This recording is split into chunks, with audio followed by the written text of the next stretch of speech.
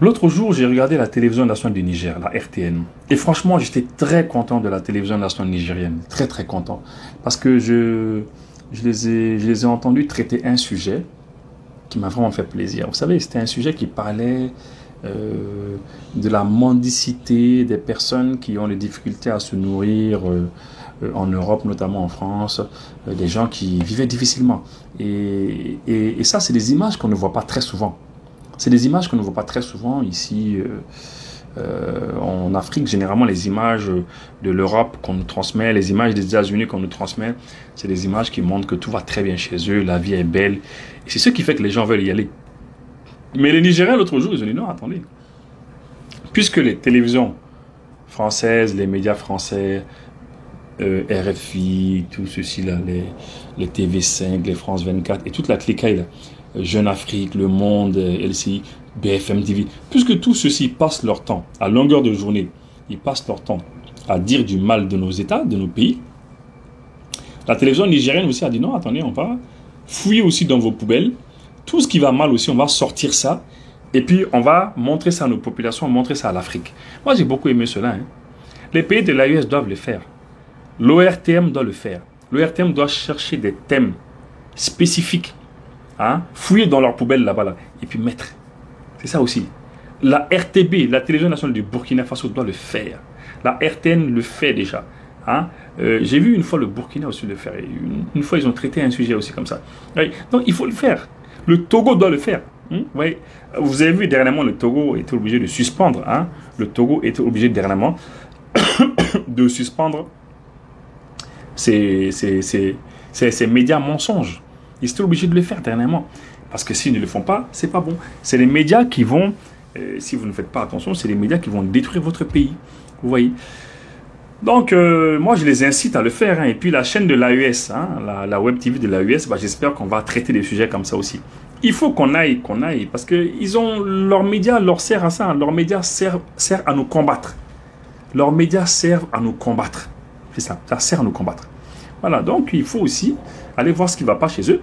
Par exemple, il y a la dette publique de la France qui a plus de 3 000 milliards déjà d'euros. Ça ne va pas du tout. Hein. Ça va très mal chez eux. Il faut faire des débats sur ça. Hein. Il faut qu'on en parle aussi. Hein, puisque eux, ils aiment inviter les gens, des généraux chez eux, comme le Cointre qui dit oui, le général Le Cointre qui dit non, on va aller en Afrique. Il faut que les armées européennes s'organisent pour repartir en Afrique, les recoloniser. Une fois, il y a un colonel, ou bien c'était un général français, je ne me rappelle plus très bien, qui a dit que puisque maintenant il n'y a plus d'ambassade, on va dire, de France au Niger, et bien que eux maintenant ils pourront mieux déstabiliser. Vous imaginez des choses comme ça, hein? Et puis à chaque fois que par exemple nous, le chef d'État se déplace, on les traite de jeunes par-ci, de jeunes par-là, ou bien ils disent la jeune de Bamako, la jeune d'ici, la jeune de là, ou bien on leur manque de respect d'une manière ou d'une autre, et c'est comme ça. C'est comme ça, on leur manque de respect. Et puis, à chaque fois, ils disent, oui, Wagner a fait ci, Wagner a fait ça. Ou bien, ah, les Russes ont fait ci, les Russes ont fait ça. Vous voyez, ils cherchent toujours à dénigrer nos États, à dénigrer nos dirigeants, à dénigrer nos pays. Leurs médias leur servent à cela. Et nous aussi, on ne doit pas les laisser d'une seule semelle. Voilà. Aujourd'hui, on va parler d'un programme. Lancement du projet Médecine en République centrafricaine. Écoutez bien, hein. Le projet Médecine Improve Diagnostic Children Fever vise à améliorer la prise en charge des enfants de moins de 5 ans souffrant de fièvre dans les centres de santé et auprès des agents communautaires à Bangui, à Gobongo, Bimbo et Wango. Un outil d'aide au diagnostic installé sur tablette permettra aux agents de santé d'évaluer les symptômes et d'interpréter les tests rapides. Vous avez bien entendu, non? Un outil d'aide au diagnostic installé sur tablette permettra aux agents de santé d'évaluer les symptômes et d'interpréter les tests rapides. Un algorithme d'intelligence artificielle développé à partir de données locales aidera à identifier les causes probables de la fièvre et à orienter la prise en charge. Le projet intègre également des technologies avancées en microbiologie et génomique pour mieux comprendre les infections avec un transfert de compétences aux chercheurs centrafricains et un renforcement des capacités de l'Institut Pasteur de Bangui porté par l'Institut Pasteur de Bangui. Le projet est mené en partenariat avec l'Université de Strasbourg, le ministère de la Santé. Voilà. Maintenant, on dit que le financement s'élève à 996 000 et quelques euros. Voilà. En plus, ils disent beaucoup de choses. Vous savez, ils disent que cette initiative contribuera à sauver des vies, à améliorer le diagnostic, réduire l'usage abusif des antibiotiques et renforcer durablement le système de santé en République centrafricaine. Vous savez, j'ai vu ça où? Vous savez où est-ce que j'ai vu ça? J'ai vu ça sur la page Facebook. Oui, la page Facebook de l'ambassade de France à Bangui. Vous savez, nous sommes abonnés sur les pages Facebook de partout. De nos amis, on est abonnés. Nos ennemis, on est abonnés sur leur page. Il y a une chose qui m'inquiète. Il y a une chose qui m'inquiète dans ça. Lorsqu'on vous dit qu'on va essayer d'aller soigner les enfants de moins de 5 ans, avec les médecins vont avoir des outils, des tablettes. Ils auront des tablettes qui vont permettre aux agents de santé d'évaluer les symptômes et d'interpréter les tests rapides. Et il y a un algorithme d'intelligence artificielle qui est incorporé dedans et qui va faire le boulot. L'intelligence artificielle, là, tout le monde sait que c'est une nouvelle technologie. Ça vient juste d'arriver. Ça vient à peine d'arriver là. Tout le monde sait que l'Union européenne, c'est en 2024, tout récemment, qu'ils ont essayé de faire des réglementations, des textes, etc. En fait, l'intelligence artificielle n'est pas une technologie qu'on maîtrise à tel point que l'intelligence artificielle puisse permettre de poser les diagnostics.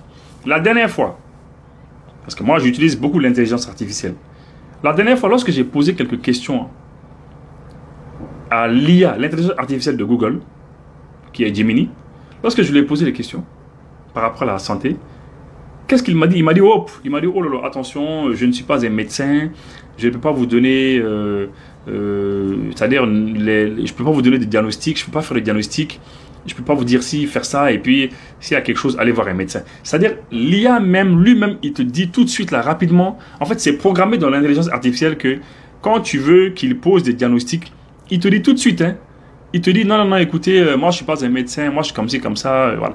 Tout de suite, il te le dit. Voilà. Si vous voulez, on peut en direct faire un test. Je fais un test tout de suite. L'IA, je vais lui demander, est-ce que tu peux me faire un diagnostic par rapport à la santé? Je ne suis pas médecin, donc je ne peux pas faire de diagnostic médical.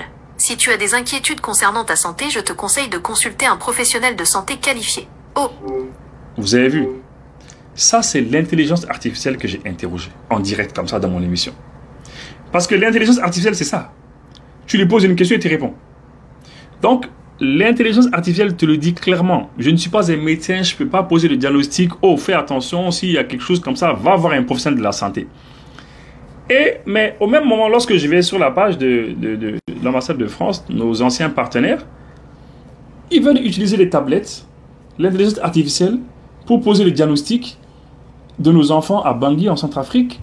Et puis, ils disent que la vie est belle, ils vont financer ce programme. Alors que la technologie, elle n'est pas assez bien maîtrisée d'abord. C'est vrai, les pays qui mettent beaucoup d'argent dedans, qui sont très en avance, c'est les États-Unis, c'est le Royaume-Uni, c'est la Chine. Ils sont beaucoup avancés, c'est vrai. Mais il y a des plaintes. Il y a des plaintes. Ah oui. Des fois, on les convoque au tribunal. Il y a des hôpitaux qui ont été convoqués. Il y a des procès qui ont été faits. Qui ont été faits contre certains hôpitaux. Oui. Ça, c'est dangereux. Et là, je me suis amusé à rentrer dans les commentaires. Quand je suis rentré dans les commentaires là pour lire, parce que j'aime bien souvent les commentaires, je vois que la plupart des gens qui ont commenté, qui sont sûrement des Centrafricains, ils sont contents. Il y a un certain André Alimba qui dit que excellente initiative. Il y a un certain Nicolas Kumba, très bonne nouvelle et félicitations pour ce projet. Il y a Franck Aimé Guissou. C'est un très bon projet innovant, c'est salutaire, félicitations à toutes les parties prenantes. Il y a Séverin Gustave Balimo qui dit « Oh, très très bonne nouvelle, bravo !» Donc, il n'y a que ça que je vois. Régis Herbert Ndiaye Bouka qui dit « Magnifique !» Hubert Leganenji qui dit « Félicitations et bienvenue !» Il y a Douglas Bello Mamadou qui dit que merci à l'AFD d'avoir financé ces multiples projets, nous sommes contents, voilà. Et c'est ça. C'est ça l'Afrique. L'Afrique, c'est ça. C'est-à-dire, on les blague, quoi. On les blague. On leur dit, bon, écoutez, on va faire ça. Oh, bravo, on est content. Tout le monde applaudit et puis la vie est belle. Ah, mais il faut... Je ne dis pas que l'IA n'est pas bien. L'IA, c'est bien. Mais il faut y aller doucement. Je vais vous donner quelques exemples pour vous montrer que l'IA est bien. L'IA peut faire beaucoup de choses. Mais il faut faire gaffe. Il faut faire très gaffe. L'intelligence artificielle transforme le domaine de la médecine à travers diverses applications, notamment l'amélioration des diagnostics, la personnalisation des traitements, l'automatisation des tâches administratives et la recherche de nouveaux médicaments. Elle permet également d'optimiser les parcours de soins et de faciliter l'allocation des ressources santé. L'IA peut aider à analyser des images médicales, radiographies, IRM, etc. pour détecter des maladies comme le cancer plus tôt ça peut détecter le cancer plus tôt et avec plus de précision qu'à l'œil nu. Elle est utilisée dans des domaines comme la radiologie, la dermatologie, l'ophtalmologie, etc. L'IA accélère la recherche et le développement de nouveaux médicaments en analysant les vastes ensembles de données biomédicales, en identifiant des cibles médicamenteuses et en optimisant les essais cliniques, en analysant les données génomiques et les antécédents médicaux des patients. L'IA peut aider à adapter les traitements de manière plus précise et personnalisée. Vous voyez, l'IA facilite la gestion de grandes qualités de données de santé. Voilà, donc ça fait beaucoup. Télémédecine, prévention des maladies, automatisation des tâches, défis et limites, confiance, etc. Éthique et confidentialité. L'utilisation de l'IA en santé soulève des questions éthiques importantes, notamment en termes de confidentialité des données et de consentement éclairé des patients. Il y a bien d'autres choses encore. Donc, il y a beaucoup de choses. Et l'IA peut être bien, il peut être bien quand il est bien utilisé. Mais l'IA n'est pas, en fait, on n'est pas, pour l'instant, on n'a pas assez développé l'IA. L'IA, c'est une nouvelle technologie. L'intelligence artificielle, c'est tout nouveau. On commence à l'utiliser maintenant. Donc, c'est une technologie qui est relativement nouvelle et surtout en constante évolution. Ça évolue beaucoup. Il est donc normal que les gens aient des inquiétudes. Les gens ont des inquiétudes quant à son utilisation en médecine. Vous voyez, il est important de mettre en place des réglementations et des garde-fous pour s'assurer que l'IA soit bien utilisée et surtout qu'on respecte l'éthique. Voilà. Donc, l'IA peut être bien, mais de nos jours, il faut faire hyper gaffe. Je vais vous dire pourquoi. Je vais vous lire un petit texte et puis vous écoutez. L'utilisation de l'intelligence artificielle en médecine comporte plusieurs risques et dangers potentiels. Par exemple, il y a un risque de dépendance excessive à la technologie, ce qui pourrait diminuer les compétences cliniques des professionnels de santé. De plus, il existe un risque de biais dans les algorithmes d'IA. Voilà, ce qui pourrait entraîner des diagnostics ou des traitements inéquitables pour certains groupes de patients. C'est ça. L'IA en médecine présente beaucoup de risques aussi.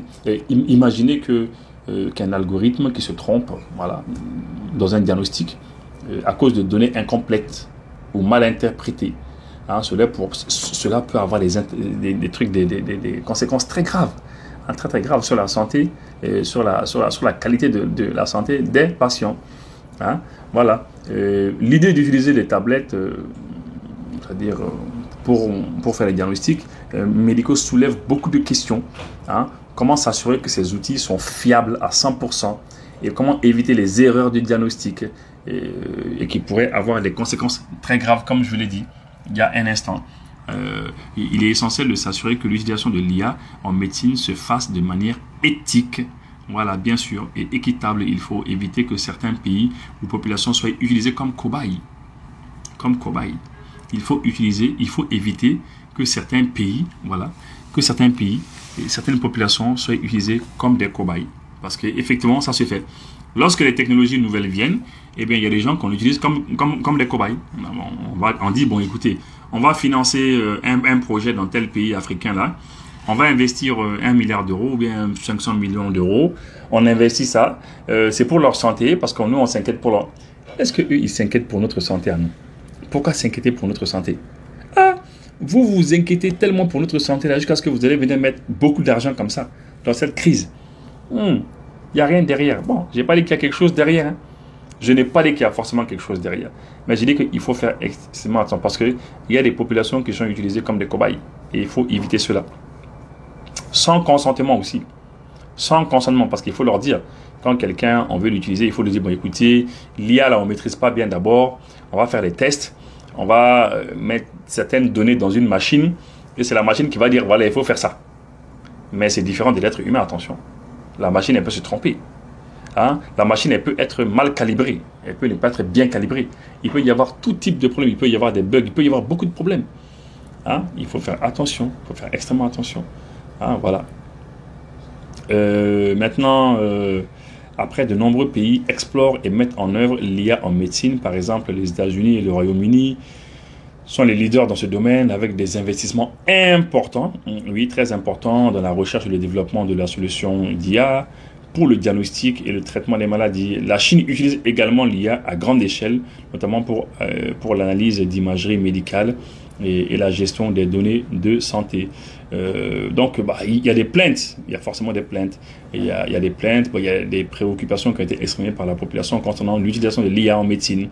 Certaines personnes craignent que l'IA ne remplace complètement les médecins, ce qui pourrait entraîner une perte de contact humain et de confiance dans les soins de santé.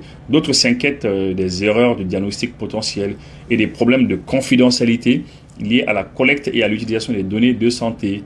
Vous voyez, non?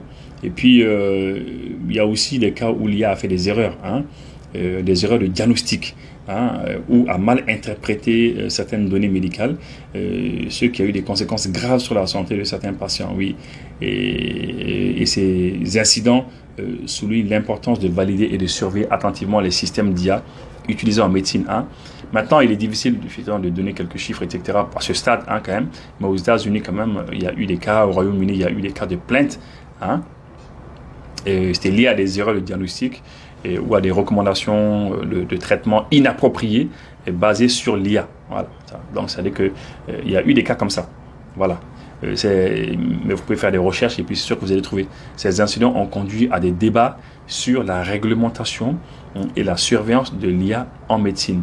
Donc, maintenant, ces dernières années, il y a eu plusieurs cas qui ont fait surface. Par exemple, aux États-Unis, il y a eu des patients qui ont intenté des actions en justice contre les hôpitaux et les entreprises technologiques pour les erreurs de diagnostic ou les traitements inappropriés basés sur l'IA.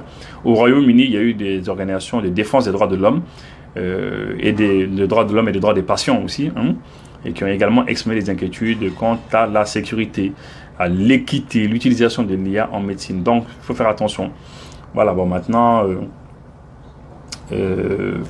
ça, globalement, cependant, il est important de noter que ces procès ont sensibilisé, ont permis de sensibiliser, et les gens ont vu la nécessité d'une réglementation. Et c'est la raison pour laquelle, en 2024, l'Union européenne, par exemple, a adopté une loi sur l'IA qui a établi des règles pour les systèmes d'IA à haut risque, y compris ceux utilisés dans le domaine de la santé. Cette loi vise à garantir la sécurité, la transparence et la responsabilité de l'IA. Voilà. Donc, ça c'est en 2024. Nous sommes en 2025. Donc, une loi qui a été adoptée le 13 mars 2024. Nous sommes en 2025. Si vous vous permettez de dire, bon, c'est bon, on a établi des lois et puis on fait les tests ici et là. Moi, je crois qu'il faut faire extrêmement attention à des choses comme ça. Il faut faire attention à cela. Voilà. Bon, et puis comme je l'ai dit, l'IA c'est vraiment une technologie relativement nouvelle, et qui évolue constamment. Donc il est donc normal que les gens fassent attention à cela. Voilà. Donc globalement c'est ce que je voulais dire par rapport à cela. Mais ce serait bien par exemple que nos chaînes en parlent. Ce serait très bien que nos chaînes en parlent. Que la RTV en parle, que la RTN en parle, que le RTM en parle, que nos médias en parlent et puis que l'Afrique en parle, parce qu'il ne faut pas que nos populations servent de cobaye pour certains pays. Labla sanfɛ a bɛ se ka annonce créer ale ni k'a publier a ka sigida mɔgɔw ye Mali ale ni jamana wɛrɛ.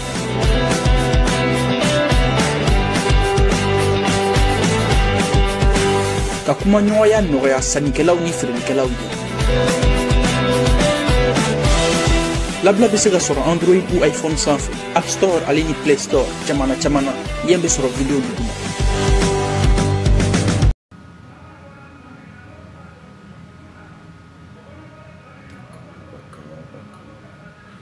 Voilà, j'espère que vous avez compris.